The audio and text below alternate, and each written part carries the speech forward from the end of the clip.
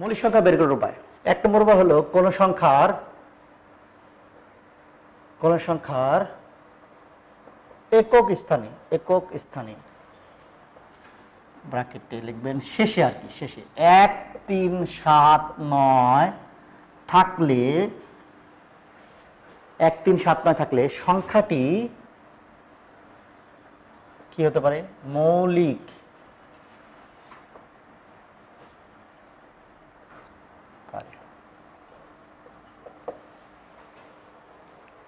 সংখ্যাটি মৌলিক হতে পারে। 1 নম্বর কথা, এটা এইগুলা ডিজিট লাস্টে যদি থাকে, লাস্ট কোন সংখ্যার শেষে যদি 1 থাকে বা কোন সংখ্যার শেষে 3 থাকে, 7 থাকে, 9 থাকে, তাহলে মৌলিক হতে পারে।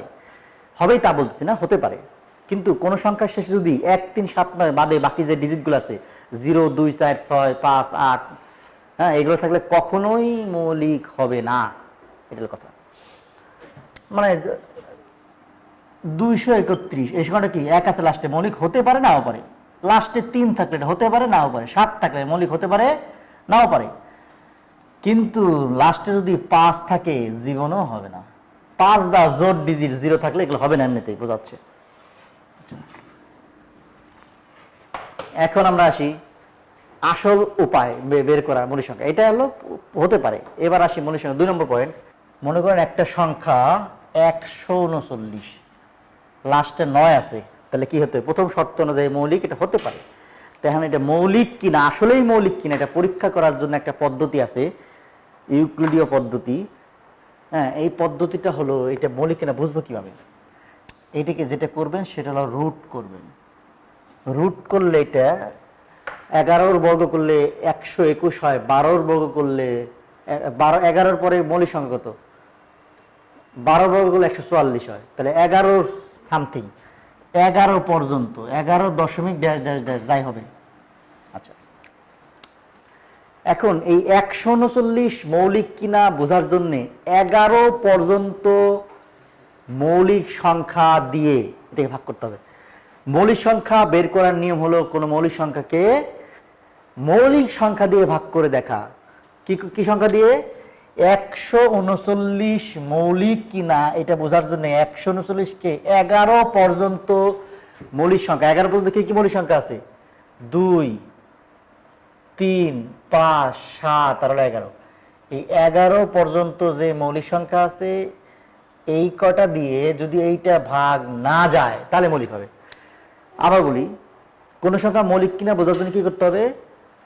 11 এই 139-এর বর্গমূলের থেকে ছোট, বর্গমূল পর্যন্ত যে সংখ্যাটা পাওয়া যাবে বর্গমূলের থেকে ছোট মৌলিক সংখ্যা, মানে 11 দশমিক সামথিং হয়েছে, 11 পর্যন্ত মৌলিক সংখ্যা দিয়ে ভাগ করে দেখতে হবে। তাহলে 2 দিয়ে কি 139 ভাগ যায়? 2 দিয়ে 139 ভাগ কি যায়? যায় না। 3 দিয়ে কি যায়? যায় না। 3 দিয়ে 3 5 দিয়ে তো যাবেই না। 7 দিয়ে 9 11 দিয়ে এটা যায় কিনা? এইটা 11 দিয়ে যায় কিনা দেখেন তো। 11 1 11, 2 থাকে 29, যায় না। 11 দিয়ে ভাগ যায় না। 139কে 2 3 5 7 11 কোনটাই দিয়েই ভাগ করা যায় না। এই জন্য এটা কি মৌলিক সংখ্যা হবে। এখন বলতে পারেন যে এতগুলো দিয়ে ভাগ করে দেখতে তো সময় লাগবে।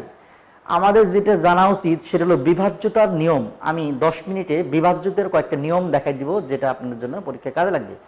বিভাজ্যতার নিয়ম দেখাই দিব যে 11 দিয়ে কোন সংখ্যা ভাগ যায় কিনা এটা 5 সেকেন্ডের মধ্যে বলা যাবে।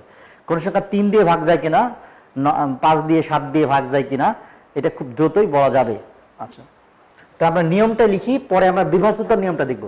এরকম যদি 257 এটা মৌলিক কিনা এটা কিভাবে জানবো? এটাকে প্রথমে বর্গমূল করব। বর্গমূল, হ্যাঁ, 225, 10 বর্গ 12 বর্গ 15 বর্গ হলো 225, 16 বর্গ 256, তাহলে 216 পর্যন্ত 16 দশমিক সামথিং। 16 নিচে মৌলিক সংখ্যা 2 3 5 7 11 আর 13। এই 257কে 257 মৌলিক সংখ্যা বোঝার জন্য 257কে কি 2 3 5 7 11 13 দ্বারা বিভাজ্য যায় কিনা এটা বুঝতে হবে।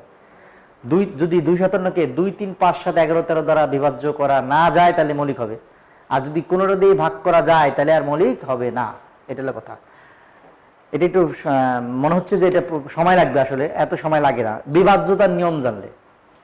সাধারণত আমাদের পরীক্ষা যা আসছে এই পাস যাবত যে কোনটা মৌলিক সংখ্যা, সাধারণত দুই ডিজিটের বা 3 ডিজিটের, 2 ডিজিট বা 3 ডিজিট। গতবার 40টার মধ্যে যেটা আসছিল যে 237, 241, 253, 271, এইগুলো মৌলিক কিনা দেখেন। সব সংখ্যায় 2 মানে 3 ঘরের ডিজিট। তাহলে মোটামুটি এই 200 মানে 11 পর্যন্ত যদি বিভাজ্যতার নিয়ম জেনে ফেলতে পারি তাহলে আমাদের সুবিধা হবে। 11 পর্যন্ত বিভাজ্যতার নিয়ম পাঠ্য বইতে আছে। তা আমরা এটা নিয়মটা আগে লিখি যে মৌলিক সংখ্যা বের করার একমাত্র উপায়, অনেক জায়গায় অনেক শর্টকাট, অনেক ইউটিউবে ভিডিও পাওয়া যায় মৌলিক সংখ্যা বের করা শর্টকাট। আসলে কোনো শর্টকাট নাই। হ্যাঁ, বিভাজ্যতার নিয়ম জেনে ফেলাটা হলো শর্টকাট। শর্টকাট স্বাস্থ্যের জন্য ক্ষতিকর, নিয়মটা জানতে হবে। তাহলে আমরা নিয়মটা কি? নিয়মটা হলো কোন সংখ্যা মৌলিক কিনা তা বোঝার জন্যে যে সকল মৌলিক সংখ্যার বর্গ নির্ণেয় সংখ্যার চেয়ে ছোট, কথা আমি বুঝাই দিব। তা বলতে যে কোনো সংখ্যা মৌলিক কিনা বোঝার জন্য যে সকল মৌলিক সংখ্যার বর্গ নির্ণয়, মানে যেটা নির্ণয় করব, নির্ণয় সংখ্যা ছোট, সে সকল মৌলিক সংখ্যা